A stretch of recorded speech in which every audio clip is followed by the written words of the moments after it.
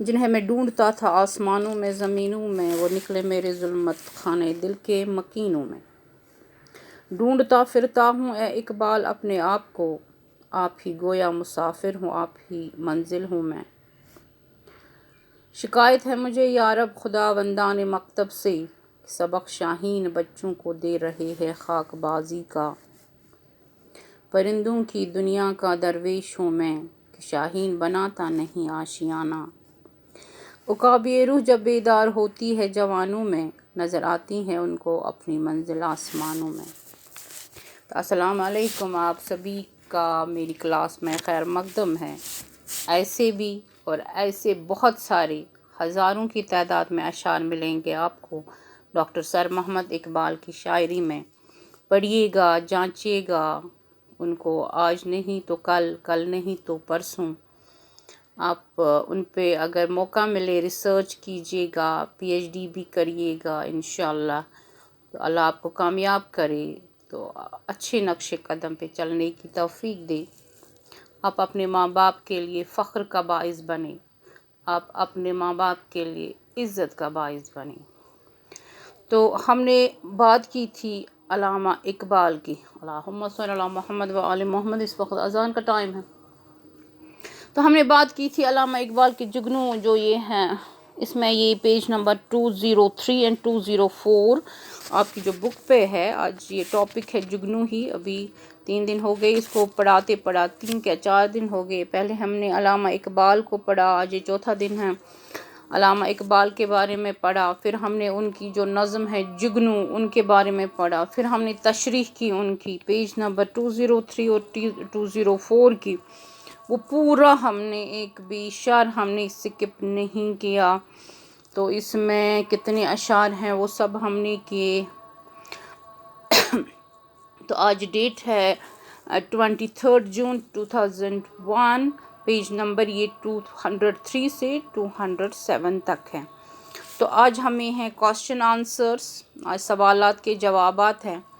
پہلے یہ توضیحات ہے، اللہ تعالیٰ نے دنیا کی ہر چھوٹی بڑی چیز کو خصوصیتوں سے نوازا ہے۔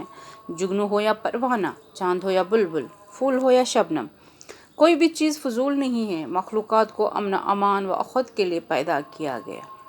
ڈاکٹر سر محمد اقبال کی نظم جگنو میں وحدت کا راز سمجھایا گیا ہے۔ اس نظم میں خوبصورت مثالیں دی گئی ہیں اور قابل غور تشبیہیں بھی ہے۔ تشبیہ آپ کو پتہ ہے، تشبیہ میٹافور، وہ تشبیہات ہو گئے، سملیز اینڈ میٹافورز ہو گئے، استعارات، تو وہ ہم نے کیا ہے۔ اس پہ ہم نے ایک لیسن بھی آپ کو بھیجا ہے، ایک ویڈیو کلپ بھی۔ تو آج یہ پیج نمبر 207 پہ ہیں کوسچنز۔ تو نظم جگنو کا مختصر الفاظ میں یہ خلاصہ لکھیے، یعنی اس کی سمری لکھنی ہے، اس کا نٹ یہ جو ہے کرکس کیا ہے، اس کا جو کو تھیم کیا ہے، سینٹرل تھیم۔ تو تشریح کیجئے، کس کا رنگین نواں بنایا مرغان بے زباں کو، گل کو زبان دے کر تعلیم خاموشی دی، ہر چیز کو جہاں میں قدرت نے دل بری دی، پروانہ کو تپش دی، جگنو کو روشنی دی۔ تو یہ کوسچن ہے، فرسٹ تھا نظم جگنو کا خلاصہ لکھیے، سیکنڈ ہے اس کی تشریح کیجئے، تھرڈ ہے شاعر نے کیوں کہا ہے حسن ازل کی پیدا ہر چیز میں جھلک ہے، انسان میں وہ سخن ہے، گنچے میں وہ چٹک ہے۔ ٹھیک ہے نا؟ تو فورتھ ہے وحدت میں کثرت سے کیا مراد ہے، ذرا بولیے۔ ہم نے یہ 3-4 بار آپ کو بتایا، پہلا جو یہ اس میں تھا تشریح، پھر اس کے بعد ایک اور میں ہم 3 دن سے لگاتار کہہ رہے ہیں کہ وحدت میں کثرت سے کیا مراد ہے، یعنی کہ یونٹی ان ڈائیورسٹی۔ تو ان اشعار میں تشبیہ تلاش کیجئے، تو فائنڈ آؤٹ کیا کرنا ہے، سملیز۔ تو تکمہ کوئی گرا ہے مہتاب کی قبا کا، ذرہ ہے یا نمایاں سورج کے پیرہن میں، رنگین کیا سحر کو باقی دلہن کی صورت، پہنا کے لال جوڑا شبنم کی آرسی دی۔ ٹھیک ہے نا؟ یہ 2 میں نے سوچا کہ اگر آپ ایک یہاں یہ ہے پیج نمبر 207 پہ کوسچن آنسرز کریں گے آج ہم۔ تو سوالات جو ہے یہ یہاں کریں گے اس کو ایسے، ٹھیک ہے نا؟ ہاں، تو نظم جگنو کا خلاصہ مختصر الفاظ میں لکھے، تو یہ پہلا کوسچن ہے ہمارا۔ تو شاعر مشرق علامہ اقبال نے اپنی نظم جگنو میں کثرت میں وحدت کے فلسفے کو پرتاثیر انداز میں بیان کیا ہے۔ جگنو کی خوبصورتی کو بیان کرتے ہوئے اس میں مختلف چیزوں سے تشبیہ دیتا ہے، کبھی پھولوں کی محفل کی شمع، تو کبھی سورج کے لباس کا دمکتا حصہ بتاتا ہے، کبھی اسے رات کی سلطنت میں دن کا سفیر کہا ہے، کبھی چھوٹا سا چاند کہتا ہے۔ پھر شاعر پروانے اور جگنو کا موازنہ کرتا ہے، کہتے ہیں پروانہ بھی ہے ایک پتنگا، وہ جگنو بھی ایک پتنگا، یہ دونوں اڑنے والے کیڑے ہیں۔ ایک جل جاتا ہے پروانے، یہ پروانہ ہے یہ شمع کی ارد گرد، یعنی جو اس کے ارد گرد اپنے آپ کو جلاتا ہے تو وہ چمکتا ہے۔ تو کہتا ہے پروانہ شمع کی روشنی پر اپنی جان نچھاور کرتا ہے، مگر دوسری طرف جگنو میں قدرت نے جسم کے اندر ہی روشنی کا انتظام رکھا ہے۔ خدا نے ہر پیدا کی ہوئی شے میں کوئی نہ کوئی تاثیر و اثر رکھا ہے، یعنی وصف رکھا ہے، جس سے اس کی اہمیت بڑھ جاتی ہے۔ بے زبان پرندوں کو میٹھی میٹھی بولیوں سے نوازا ہے، تو دوسری طرف پھولوں کو خوبصورتی اور مہک سے مالا مال کر دیا ہے۔ صبح کا منظر نہایت حسین، اور شام کے وقت سورج کا ڈوبنا، جس کو اس نے شفق کہا ہے، بے عجیب منظر پیش کرتا ہے۔ ہمارے لیے دن ہے، مگر جگنو کے لیے کیا ہے؟ رات ہی دن ہوتا ہے۔ یہ سب اللہ تعالیٰ کے کرشمے ہیں۔ کائنات کی ہر چیز میں اللہ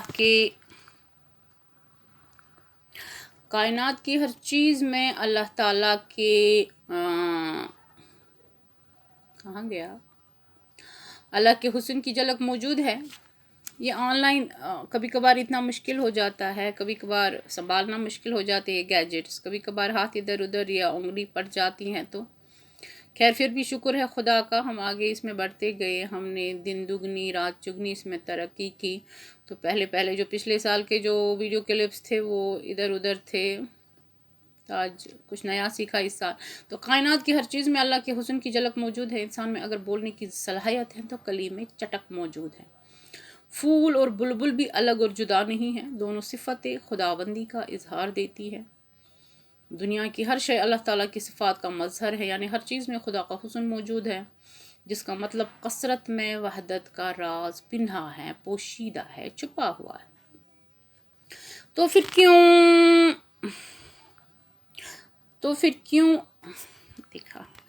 کیوں ایسا ہوتا ہے کہ ظاہری اختلاف کی بنیادوں پر جھگڑے کیے جاتے ہیں، جبکہ کثرت میں وحدت کا راز تو پھر دنیا کے لوگوں کو ایک ہونا چاہیے اور آپس میں اتفاق سے رہنا چاہیے۔ نمبر 2 ہے تشریح کیجئے، یعنی ایکسپلین کیجئے، یعنی وضاحت کیجئے۔ تو رنگین نوا بنایا مرغان بے زبان کو، گل کو زبان دے کر تعلیم خاموشی دی۔ تو رنگین نوا ہو گیا وہ آواز، دل کو خوش کرنے، دل کو موہ لینے والی آواز۔ تو کن کو؟ مرغان بے زبان کو۔ تو گل کو زبان دی، یعنی کہ پھول کو زبان دی، مگر تعلیم خاموشی دی۔ تو اقبال اس نظم کے شعر میں ارشاد فرماتے ہیں، قدرت نے بے زبان جانوروں کو کتنی خوبصورت، کتنی میٹھی، کتنی سریلی آوازوں سے نوازا ہے، اس طرح پھولوں کی مہک اور خوبصورتی عطا کر کے خاموشی سے اپنا حسن بیان کرنا سکھایا ہے۔ بے زبان پرندوں کو میٹھی میٹھی سریلی آوازیں دی اور پھول کو زبان دی، مگر ساتھ ہی چپ رہنے کی تعلیم دی۔ ہر چیز کو جہاں میں قدرت نے دل بری دی، پروانہ کو تپش دی، جگنو کو روشنی دی۔ تو کیا فرماتے ہیں کہ قدرت دنیا میں کوئی نہ کوئی صفت و خاصیت دی ہر چیز کو، اسی طرح جگنو کو قدرت نے روشنی اور پروانے کے نصیب میں شمع کی روشنی سے جلنا عنایت کیا ہے، کہ اللہ نے ہر چیز کو الگ الگ خاصیت دی ہے۔ جگنو کو روشنی دی، جگنو سر سے پیر تک روشنی ہی روشنی ہے، سر سے پیر تک، دیٹ مینز سراپا ہے نا، سراپا۔ اور پروانے کو روشنی کے گرد گھومنے کی آرزو دی ہے۔ تو حسن ازل شاعر نے کیوں کہا ہے؟ حسن ازل کو پیدا ہر چیز میں جھلک ہے، حسن ازل کی پیدا ہر چیز میں جھلک ہے، انسان میں وہ سخن ہے، گنچے میں وہ چٹک ہے۔ تو حسن ہو گیا خوبصورتی، ازل ہو گیا وہ زمانہ جس کی کوئی ابتدا نہ ہو، جھلک ہو گئی پرتو یا کرن بھی کہہ سکتے ہیں، ویسے نہیں، ہاں جھلک، ہاں سخن کلام گنچا بن خلا پھول، چٹک ہو گیا پھول کھلنے سے جو آواز پیدا ہوتی ہے اسے چٹک کہتے ہیں۔ یہ چنکیاں ییٚلہِ أسۍ میوٗٹھ میوٗٹھ چھِ کھٮ۪وان پَتہٕ چھِ ٲسَس سُہ ٹاس کڑان یہ وہ چٹک نہیں ہے۔ علامہ اقبال اس نظم کے اشعار میں ارشاد فرماتے ہیں، اس بات کی وضاحت کرتے ہیں کہ دنیا کے ہر چیز میں خدا کے حسن کی جھلک موجود ہے۔ جس طرح انسان میں بولنے کی صلاحیت موجود ہے تو کلیم میں چٹکنے کا وصف موجود ہے۔ گویا کوئی بھی چیز بیکار نہیں ہے، کیونکہ ہر چیز میں اس کائنات کے خالق خدائے بزرگ و برتر کی جھلک موجود ہے۔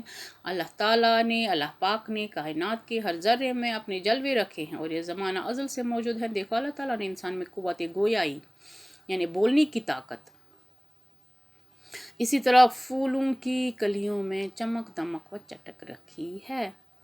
نمبر 4 اس وحدت میں کثرت سے کیا مراد ہے؟ تو وحدت میں کثرت سے مراد یہ ہے کہ دنیا کی مختلف چیزیں الگ الگ ہونے کے باوجود ان میں ایک ہی طرح کا وصف پایا جاتا ہے، یعنی وہ ایک اللہ ہونے کی دلالت کرتی ہیں، دلیل دیتی ہیں۔ جس طرح باغ میں مختلف رنگ کے پھول پائے جاتے ہیں مگر یہ پھول ایک ہی باغ کے شمار کیے جاتے ہیں۔ کثرت میں وحدت سے مراد ہے ظاہری اختلافات اور امتیاز کے باوجود اشیاء ہو گئی چیزیں کا ایک رشتے میں جڑے ہونا، مالا کے دانوں کی طرح جو مختلف رنگوں کے باوجود ایک ہی مالا میں پروئے ہوتے ہیں۔ تو ان اشعار پہ تشبیہ تلاش کیجئے، find out the similes in the stanza, ٹھیک ہے نا؟ اسٹینزا نہیں ہے، اسٹینزا 2-3 ان کا اشعار کا ہوتا ہے۔ تکمہ کوئی گراں ہے مہتاب کی قبا کا، ذرہ ہے یا نمایاں سورج کے پیرہن میں۔ یہ پہلا ہی اس میں ہے، ہاں تکمہ یہ پیج نمبر 203 کا 1 2 3 4 اشعار ہے۔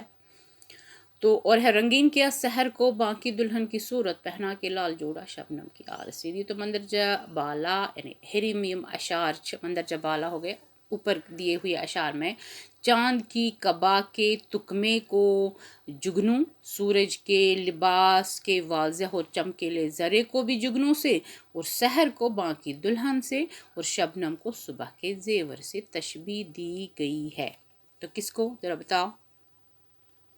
یعنی چاند کی قبا کے تکمے کو، یہاں تکمے کو کسے؟ اس کو تکمہ کوئی گرا ہے مہتاب کی قبا کا، اس کو جگنوں سے تشبیہ دی گئی ہے، اس کو اس کے مترادف قرار دیا ہے، کیا بولیں گے اس کو، یہ کمپیئر اسے کیا ہے۔ اور اس کے بعد ہے سورج کے لباس کو یعنی سورج کے پیرہن کو، اس کو بھی جگنوں سے یعنی چمکیلے زرے کو، چمکیلے جگنوں سے اس کو تشبیہ دی گئی ہے۔ اور رنگین کیا سحر کو باقی دلہن سے، باقی دلہن کی صورت، پہنا کے لال جوڑا شبنم کی آرسی دی، شبنم کو صبح کے زیور سے تشبیہ دی گئی ہے۔ تو باقی والسلام، خدا حافظ، آج کے لیے اتنا ہی۔ باقی اس کے بعد شاید کیا ہے، اور اس کے بعد ہے مرزا محمد یاسین کا شکست انتظار۔ مرزا محمد جو یہ کشمیر کے ہی ہے شاید، محمد یاسین بیگ 1937 مزامت ونچ شاید حالِ حیات، یہ پتہ نہیں ہے۔ تو آج کے لیے اتنا ہی، باقی کام کیجئے گا، اپنا ٹائم ہے اس کو فروٹفلی یوٹیلائز کیجئے گا، تو اپنے گھر کا کام بھی کیجئے گا، موبائل کو اتنا ہی استعمال کیجئے جتنا آپ کو ضرورت ہے، اننیسیسریلی موبائل کو استعمال مت کیجئے۔ تو اللہ آپ کو کامیابی دے، خوشی دے، صحت دے، عزت دے۔